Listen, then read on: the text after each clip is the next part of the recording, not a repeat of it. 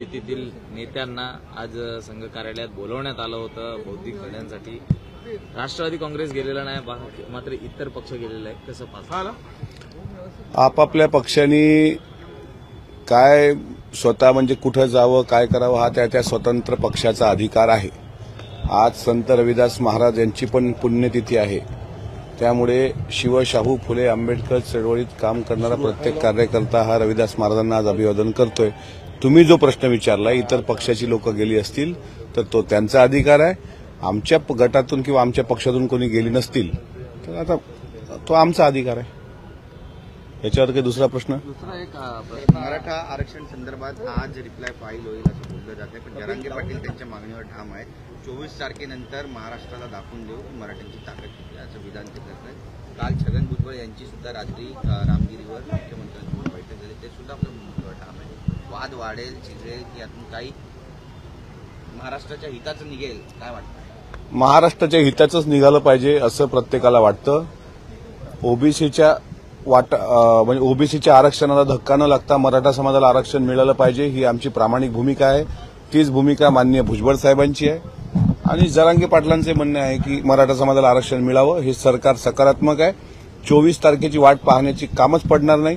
24 तारखेच्या आत मराठा समाजाला हे सरकार न्याय देणार. आरक्षणासाठी जनगणनेला सर्वांची प्रामुख्याने मागणी आहे, मात्र त्याला भाजपचा विरोध असला किंवा संघाचा विरोध असल्याचं कळत आहे. कसं पाहता एकूण? संघाने किंवा भाजपने त्याला विरोध करण्याची काही आवश्यकताच नाही. जातीनिहाय जनगणना झालीच पाहिजे. ती नेहरूंच्या काळात पण होत होती आणि नितीश कुमारांनी त्याची अंमलबजावणी केली. त्यामुळे महाराष्ट्रात जर जातीनिहाय जनगणना झाली तर कोणाचा म्हणजे कोणाची किती भागीदारी आहे त्या प्रमाणात त्या आरक्षणाचा तिढा सुटेल. म्हणून भाजपने विरोधासाठी विरोध करू नये. संघाने जातीनिहाय जनगणनेसाठी त्यांनी आम्हाला पाठबळ द्यावं एवढंच मी म्हणू शकतो. आपली आणि उद्धव ठाकरेंची काल भेट झाली होती विधानभवन परिसरामध्ये. नेमकं काय चर्चा झाली होती? गुपित चांगला प्रश्न विचारला. संपूर्ण चांगला प्रश्न विचारला. उद्धव साहेब हे शेवटी महाराष्ट्राचे एक मोठे नेते आहेत, माजी मुख्यमंत्री आहेत, बाळासाहेबांचे ते चिरंजीव आहेत. त्यामुळे त्यांचा एक मान सन्मान आहेच. म्हणून त्यांना मी नमस्कार केला.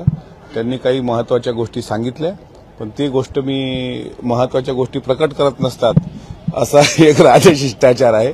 तुम्ही हा जरी प्रश्न विचारला असेल तरी उद्धव साहेबांनी माझ्याशी जो संवाद केला तो आपुलकीचा संवाद होता, तो वैयक्तिक संवाद होता. महायुतीत कसं राहावं याचा कानमंत्र त्यांनी दिलाय का? मी म्हणजे मंत्र स्वीकारणारा माणूस नाहीये. त्याच्यामुळे मंत्राचा कुठलाही असर माझ्यावर होत नाही. बॉडी स्ट्रक्चर बघितलं असता दोघांचा खूप गंभीर चर्चा दिसत होती. ते चर्चा होतीच ना. एक आपुलकीच्या नात्यानं एक पारिवारिक संवाद तो होता, पण तो काही कानमंत्र वगैरे नव्हता. आणि शेवटी मंत्रांचं माझं काय नातं आहे तुम्हाला माहिती आहे. अशी पण आहे की मिटकरी साहेब आता शिवसेना उभाटा पक्षाच्या वाटेवर आहे.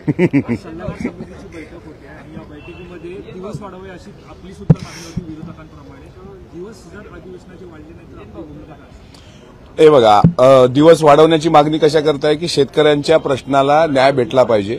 आज त्याचा काल वरच्या सभागृहामध्ये मुख्यमंत्र्यांनी शेतकऱ्यांसाठी काय काय भरीव मदत तरतूद केलेली आहे ते काल त्यांच्या भाषणात सांगितलं. आज आमच्या सभागृहात सुद्धा त्याची उत्तरं मिळतील. उत्तरं जर समाधानकारक मिळाले, शेतकऱ्याच्या कर्जमाफीचा लाभ शेतकऱ्यांना जर मिळाला, न्याय मिळाला, तर मग वरच्या पातळीवर ठरेल कामकाज सल्लागार समितीमध्ये. पण आरक्षणाचा कालावधी या सरकारने पूर्ण करावा अशी माझी मागणी आहे. त्या मागणीवर मी ठाम आहे. मिटकरी साहेब, तुम्ही आता म्हणाले की सरकारने शेतकऱ्यांना मदत जी आहे ती जाहीर केली, परंतु विरोधकांमध्ये राष्ट्रवादी काँग्रेसचे प्रदेश अध्यक्ष जयंत पाटील म्हणतात की फक्त घोषणा केल्या, मदत जी आहे काहीच मिळाली नाही. आपणही विरोधात काय? जयंत पाटील साहेब वरिष्ठ नेते आहेत. त्यांचं म्हणणं साहजिक आहे. सध्या ते विरोधी पक्षात आहेत. पण एक गोष्ट हेही आहे की जाहीर करणं आणि त्याची अंमलबजावणी होणं. कारण शेतकरी जाहीर प्रत्येक सरकार मदत करते, पण त्याची तात्काळ अंमलबजावणी झाली पाहिजे.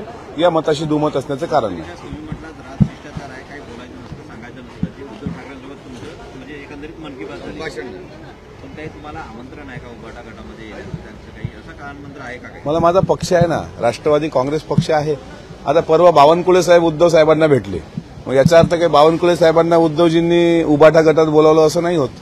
त्याच्यामुळे सगळ्यांचे जसे तुमचे पत्रकार म्हणून सर्व चॅनलशी संबंध असतात, तसे आमचे पण सर्व पक्षाशी संबंध असतात. ते ठेवावे लागतात. 2024 संबंध वेगळे पगार मिटकरींचं न्यू इयर रेझोल्युशन काय?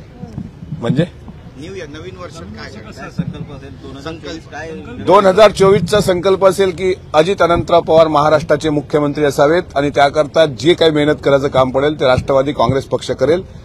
चालवा.